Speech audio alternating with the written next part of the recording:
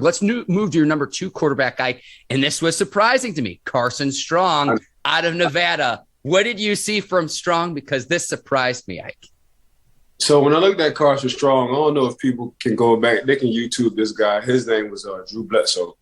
Played for the New England Patriots before Tom Brady was Tom Brady. Tom Brady had to sit behind Drew Bledsoe for a couple of years. But when I look at Carson Strong, for me, going 6'3", 215, 217, out of everybody, he's just a pure pocket passer.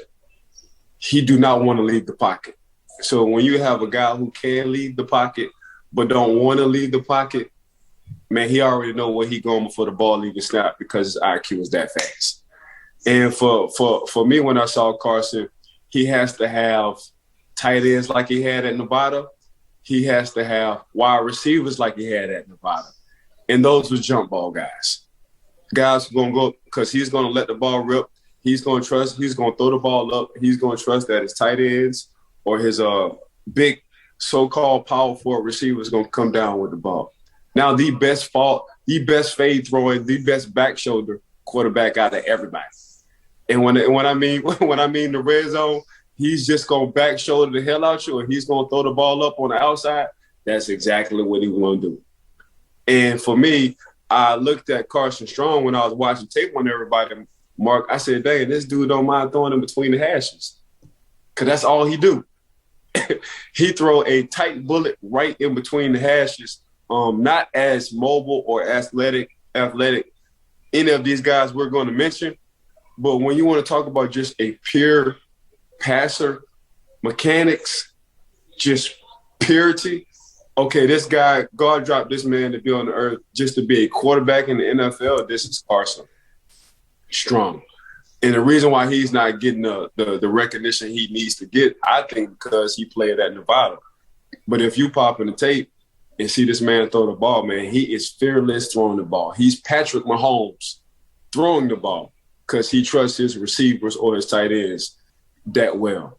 But how I looked at it for Carson Strong, man, he just I looked at him last because he was number 6. So, but now once I started watching tape, Mark, I said, you know what? For me, this guy's the second best, quarterback in the draft. Out of everything he's looking for. And he throws the best deep ball throwing over his shoulder, the best deep ball. So I thought that was hard. Usually if you're right-handed and you're looking right, you can just easily throw a nice little soft deep ball going to your right, but it's hard to throw across your body going left.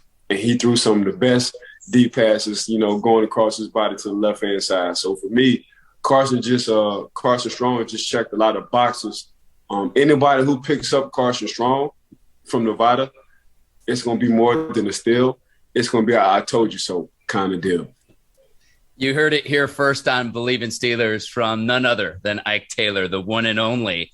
I'll say this. You mentioned the lack of mobility. The question that I have is the status of his knee. 2 knee surgeries. So mobility, will that be an issue with regards to his knee? Will his mobility be better because that knee has been surgically repaired?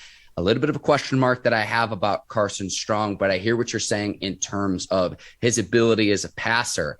And that, to me, the knee, potential red flag there, Ike, but given modern medicine, it's not as big of an issue as, say, it were 10, 15, 20, 25 years ago. We didn't have just the same medicine, the same rehab processes, the same surgeries to where players can much more easily bounce back.